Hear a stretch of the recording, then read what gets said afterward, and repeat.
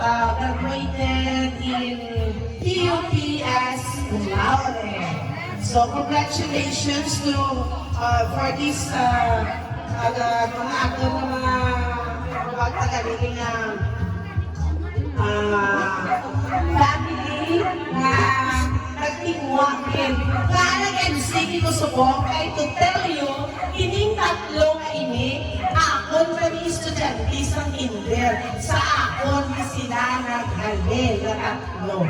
So that's why I am very also proud to them na nakagraduate na sila at the same time nakapasal na sila sa board exams nila, mga registered teacher, registered nurse, at mga registered naman sila nga, na siya nga engineer, ang iyaman nga magulang.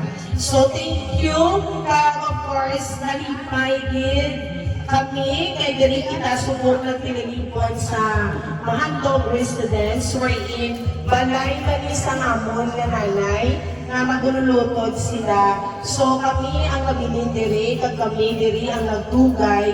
So na sa kabalo ko ang atong na family nga sa babaw, they are also watching over us na naging happy na sila sa mga achievements ang kila nga mga apo kang mga hinablos.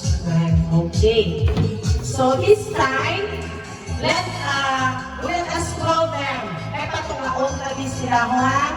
Okay, first, equal